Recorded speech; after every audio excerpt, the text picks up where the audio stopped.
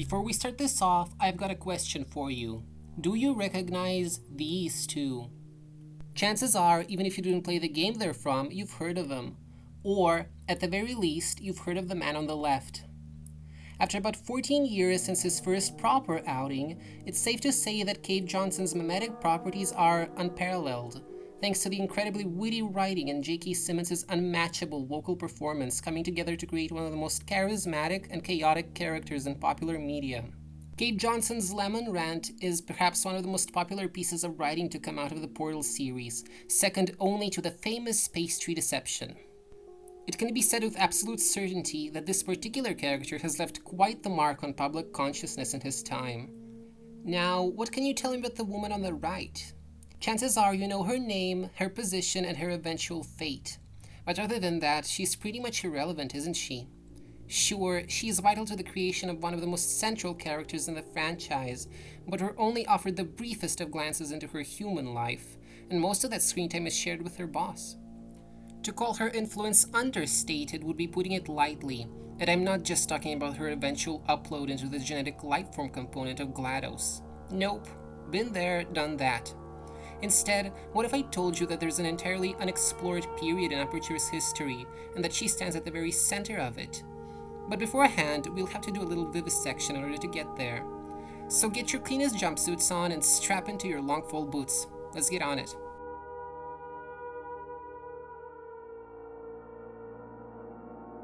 Of course, to get where we're going, we first need to figure out where to look.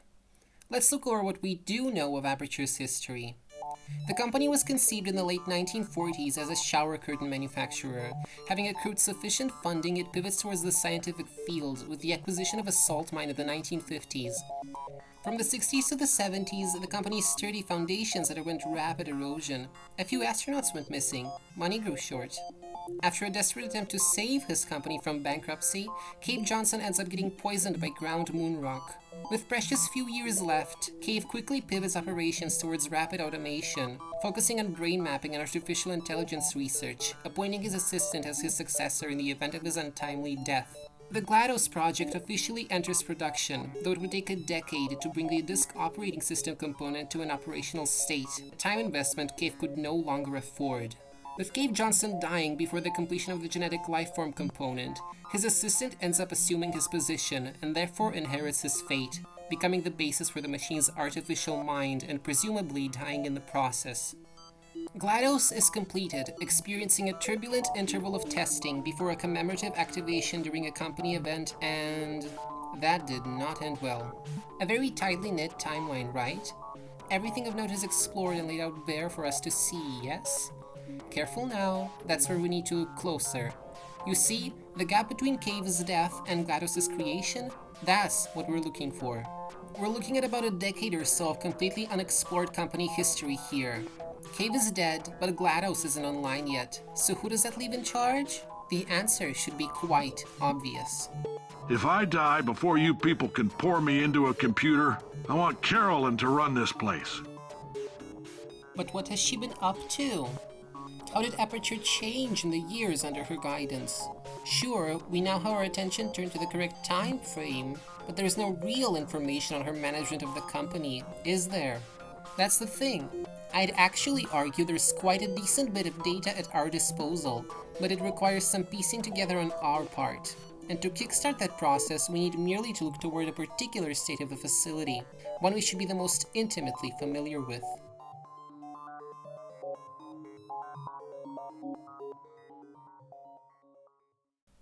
As we're all well aware, Aperture undergoes a rather drastic facelift between the two games. While the modern state of the facility is still quite important, make no mistake, it must be kept in mind that this is a facility refurbished by machines for machines. While the lower levels remain abandoned and untouched, and therefore brimming with history, the upper levels actually contain some significant details that GLaDOS may have ended up shaking out of the place. Therefore, we're going to have to look just a little earlier into the timeline, just before our favorite supercomputer experienced death for the first time. Ah, now this is what we're looking for. Now, you see, Portal 1's Aperture is stuck in a very unique state of preservation. At this point in the timeline, GLaDOS's capabilities are being suppressed by the morality core. She's incapable of doing anything drastic. She can't gas the place, and interestingly, she seems incapable of completely rearranging or reconstructing large portions of the facility. The place is undergoing a slow, corpse-like decay. Meanwhile, our Queen Bee is left helplessly incapacitated by a brain tumor clinging to her chassis. This is an Aperture built with humans still somewhat in mind. And of course, everything in the timeline points to this being Caroline's Aperture. This is a state achieved and sustained by her management, with Cave dying during the transitional period as they finally moved up from the old testing shafts. By all means, the fact that Aperture even managed to, at least temporarily, stabilize itself in the face of imminent bankruptcy is nothing short of miraculous. The company had been on the brink for quite some time, most of its products either pulled from the shelves or in a permanent testing phase. While Portal 1's lore has been selectively retconned, there are still some details that may explain how the company managed to secure a continued future for itself. Among them is Cave Johnson's 3-tier plan, which outlined 3 products which Cave believed would ensure Aperture's continued success. 2 of them, the Take-A-Wish Foundation and the Heimlich countermaneuver, have been wildly unpopular. However, the 3rd product, the Portal Project, was quite possibly the ace in the hole the company used to survive. While the original lore implies portals have been developed in the 80s, the portal-centric design of the old testing shafts leads me to believe that the technology must have been developed as far back as the 50s. This tech is probably the only reason the government even bothers with Aperture, but as this era draws to a close, a certain competitor emerges, bringing a similar technology to the table while proving to be less problematic and arguably more ethical. Just portals won't cut it anymore. With Cave gone and Caroline left dealing with a new contender in the field, I believe it was she who had kickstarted the development of several new technologies that would quickly begin being sold to both the government and the public market.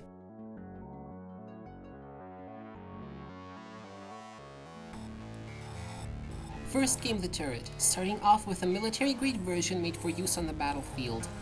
Now, a bit of personal speculation if I may. I believe these may have been the very turrets used by the HECU during their failed cleanup operation of the Black Mesa incident. The product proving to be a moderate success and likely raking in a decent stack of cash as a result, a consumer version soon enters production, advertised as a home security/child safety device, even equipped with soothing capabilities to effectively pacify infants after gunning down would-be prowlers. It's actually unknown just how successful the consumer version ended up being, what with the whole child lethality risk, but since we're talking about an American consumer base, I think we can easily infer just how well a sentient gun on legs would sell. Considering the average intruder likely wouldn't come equipped with the portal device necessary to thwart them, the turrets are extremely effective and capable security devices. They are also one of the few Aperture products we know for a fact is being actively shipped out. Safe to say these charming little guys ended up being quite the steady source of income. Another technology developed but seemingly unsold and relatively unintegrated during this time are the modular panels that would later end up making up most of the modern facilities. I'm not certain these were widely implemented during Caroline's time, as the facility seems to rely on older piston-based systems even in the dilapidated chambers of Portal 2, with panel use being more subdued prior to GLaDOS's refurbishment of the place.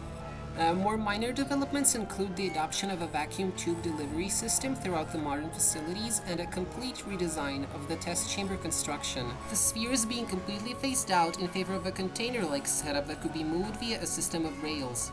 Alongside all of this, the company continues to crack down on human involvement, presumably developing worker androids, though this is only implied through a series of posters which depict otherwise unseen humanoid constructs taking place of company pencil pushers and science staff.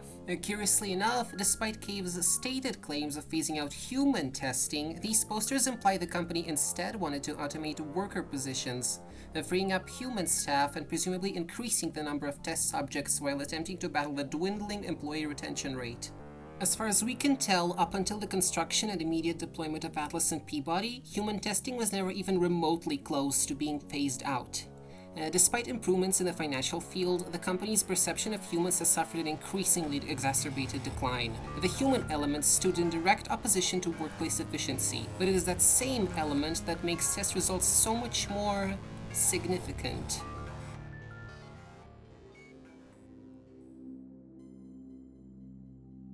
let's not dance around the topic with this one. It was already pretty bad back when Cave was in a big chair, but I'd say it only got worse after his final order to move towards artificial intelligence research. Believe it or not, we've actually got a resource that gives us a pretty telling glimpse into the company correspondence, the official Aperture Science website, specifically the iteration of it from around 2006 to 2007. Logging in and punching in the statement "the cake is a lie" will reveal a secret email left by an employee for their peers around the time frame of the enrichment center's construction. While this comes from before the retcons introduced by Portal 2, there is zero indication that any of this information is no longer applicable, and instead it actually fits quite nicely into the official company timeline. When was the last time you left the building? Has anybody left the building lately? I don't know why we're in lockdown. I don't know who's in charge.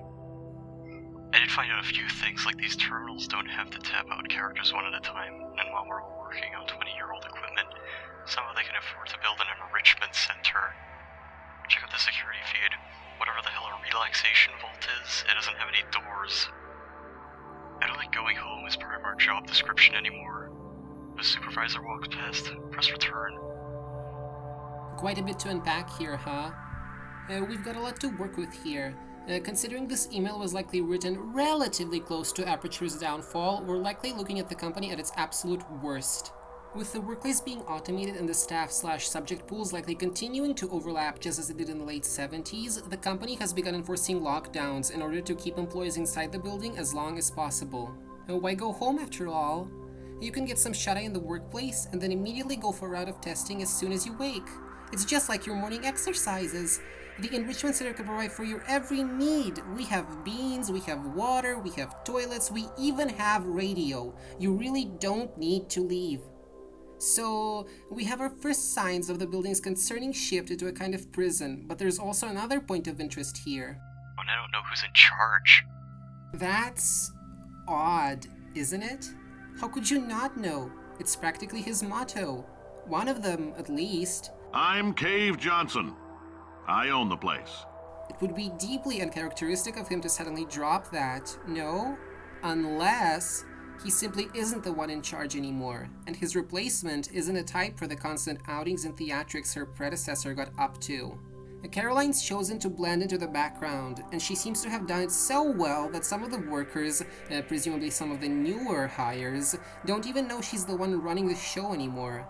The CEO has become a faceless entity whose presence nonetheless looms over the back of each employee, though she's as much a prisoner of the company's structure as anyone else. What's important to note is that by the time Carolyn reluctantly assumed Cave's seat, Aperture's workplace competition had festered and warped into an atmosphere of total dehumanization. As said before, despite Cave's stated goals, neither he nor his successor seem to have actually made any substantial move towards phasing out human testing. Instead, judging by the abundance of posters depicting worker bots, they're actually pushing the idea of androids mixing with the human workforce while employees continue shuffling in and out of the testing tracks. In fact, judging by this poster, which the company seems to have served with a telling side of corporate misogyny, there might have been cases where human employees answered to android managers. Perhaps at this point, these same bots would even oversee human testing. You could no longer even be certain that it's an actual person staring you down behind the glass. That being said, even with the relentless workplace automation cut out of the picture, it doesn't look good. The staff have had an us versus them mentality drilled into them ever since the Senate hearing on missing astronauts. First, it was Aperture versus Ocean Company, then Aperture versus Black Mesa, and while on the surface it's been stuck on the latter, I actually think it had progressed even further. It was now Aperture against itself. Employee versus employee. When everything and everyone in the building is treated like a resource, it's hard to view your colleague as anything else but an object, be it a tool or an obstacle.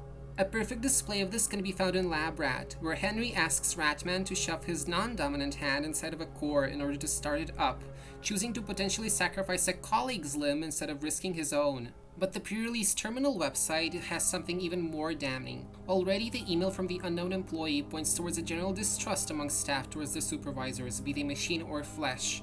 But another command found on the terminal shows that this distrust is more than justified. Certain terminal operators are capable of calling an interrogation on a specific employee. Judging by the fact that this command only works when logged in under C. Johnson, this is specifically a disciplinary measure that can be deployed by the facility management at their discretion. What interrogation entails exactly is unclear, but it can't be anything good. Likely, it is a way to weed out any government or corporate spies or keep insubordinate workers in line. Now, the fact that this measure even exists points towards the sheer extent of the distrust Aperture has for itself. Judging by the lockdowns mentioned by the employee, the building was already rapidly transforming into the sealed time capsule we see in Portal 1. No one gets in, no one gets out. Complete and utter radio silence. While it was Kay that kickstarted this escalation, I believe it was Carolyn who perfected it. She's found a way to keep everyone in check. Cave built the container, but it was she who figured out how to seal it. You could say she doomed herself in the process, but I'd say she was doomed from the moment Cave pointed her a scissor placement, and she knew this perfectly well. We've spoken a bit about the box and the poison, so let's divert our attention to the metaphorical cats.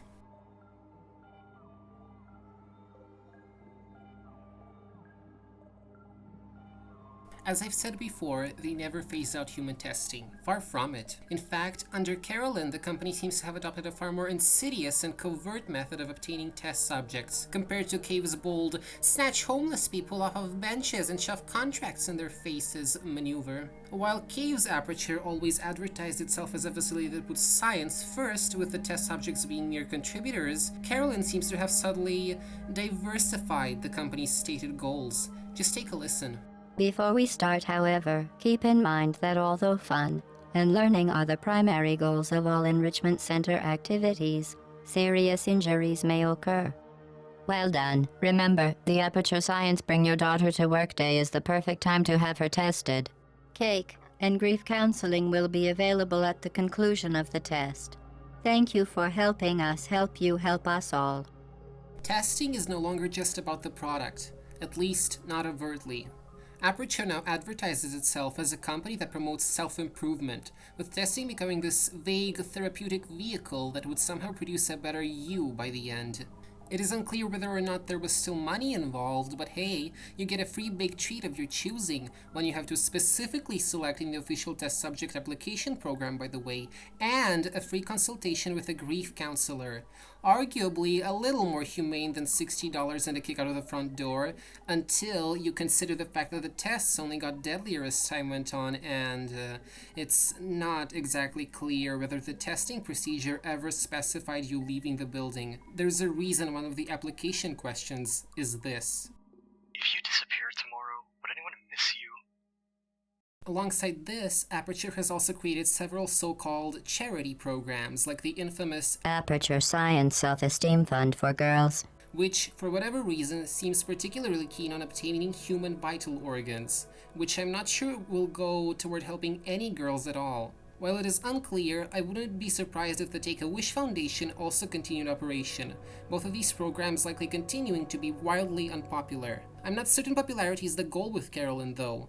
I think the point is to give the company some, not necessarily sturdy, legs to stand on, alongside giving it more credible cover compared to what it had back in the 70s. What they do with what little organs they probably got, I am not certain. Caroline's Aperture also seems to prioritize test subject survival just marginally more than Cave's. While her predecessor seemed more than content with shoving people into spheres of asbestos and letting them test away until they broke a leg, modern Aperture puts a little more effort into keeping you going until there isn't a body to keep alive anymore. GLaDOS speaks of intubation associates, which are on standby in the event of you passing out mid-test, and her lines in the Lab Rat comic imply Aperture may attempt to clone you in the event of your death, though I'm not certain that initiative was very successful, judging by the eventual shortage of test subjects she experiences way in the future. Even if that's a lie spoken to exacerbate Ratman's sense of persecution and paranoia, there is other proof Aperture had begun trying to ensure testing protocols could continue for centuries, if not millennia. They have devised methods to ensure future civilizations would end up roped into the testing procedure by mere happenstance.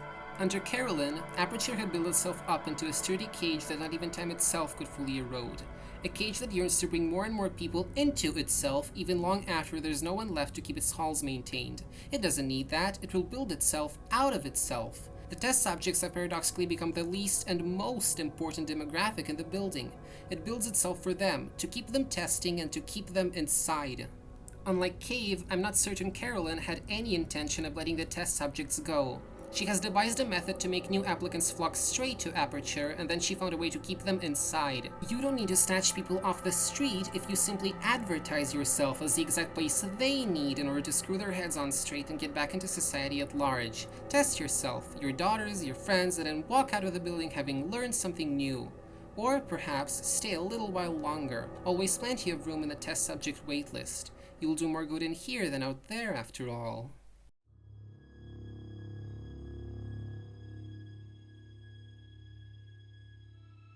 We've combed the nest and poked at some of the hornets inside, but we haven't touched upon the reluctant sovereign herself. As the building had changed, grown cold and clinical, so has she. But what caused her to undergo such a drastic shift in demeanor, so far removed from the witty assistant heard over the tapes of the 50s? Interestingly enough, this change isn't as sudden as it may seem. In fact, she seems to have already grown more stern by the time Aperture started testing on the homeless. Sir, the testing? And when you consider just how rough a spot Aperture was in at the time, things become perfectly clear. What I think is often forgotten is that Cave himself refers to her as a backbone of the facility. She's not just someone who nods and does what Cave tells her. She never was. She's someone he consulted with. Someone who helped him make decisions when faced with uncertainty. She was always there to act as Cave's safety net, but as he began to succumb to desperation, wrath, and disease, the net would begin to strain. At first, it was simply a matter of helping Cave keep his anger in check and keep his speeches on track, but then he ended up poisoning himself. Now, she had to help take care of him, fetch him painkillers, and all the while he became increasingly incapable of performing his duties. So who had they fallen upon? Her. As Cave could do less and less, his responsibilities shifted over to her hands before she was even officially installed as his replacement. All the while, he remained the face of the operation, while she simply became the unseen hand tugging at the strings and keeping the building propped up. It's important to remember that while they both wove this web, they themselves became caught in it grew far too vast. Aperture became something that could no longer be abandoned. This scientific machine had to keep churning no matter the cost. Once he died, the earthen weight he had left behind would keep her pinned down until she would share in his fate. The facility, or perhaps, as they would have hoped, science itself, had swallowed them up forever. And while Cave at least got to experience the dignity of permanent death, that is something he would go on to deny to Carolyn with his final wish. Some part of her will remain in the facility, spread thin throughout its circuits, becoming the impulses for this prison's vacant neurons. This is something she knew was coming even before Cave died. Perhaps her efforts to deny her inheritance were a final attempt at saving herself before Aperture reclaimed all of her. And when the company was hers, I believe despondency set in shortly after. Perhaps that is why she faded into the background completely, became so faceless some weren't even certain who they were working for. Perhaps she felt it didn't matter, that she wouldn't live long enough for her to be remembered either way. Even if she survived the upload process, GLaDOS would simply be there, hanging right over her head, waiting for the day she has to bury her. In that way, the upload frying her brain would be a perverse sort of mercy.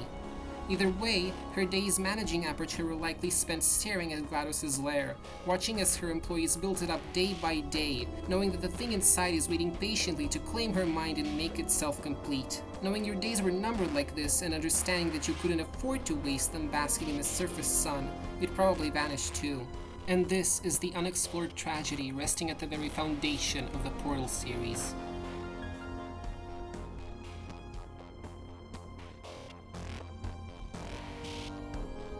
Carolyn had morphed Aperture into the self-devouring monolith it had become. She has been there to help shape it since the beginning, but it was Cave's death and her inheritance of his mantle that truly sparked the company's metamorphosis into the insidious and killable giant that outlived all possible competition. She had to see it to the end. She could no longer stop, could no longer escape, having been tied down by Cave's last orders and the responsibility of keeping the company standing. Cave built the box, Carolyn sealed it, GLaDOS flooded it with poison. If none of them were to come together, Aperture could never have become what it had. Cave is charismatic, but he could never have come as far as he had without Carolyn's input, and once he was gone, she had done all she could to stall the decay the company had been experiencing for decades. Arguably, she'd even managed to turn a profit with some of the products sold during her time. She gave her life to Aperture, eventually becoming the final component to a machine that would turn the company functionally immortal. A part of her will haunt the place forever, no matter how hard you try to scrub it out.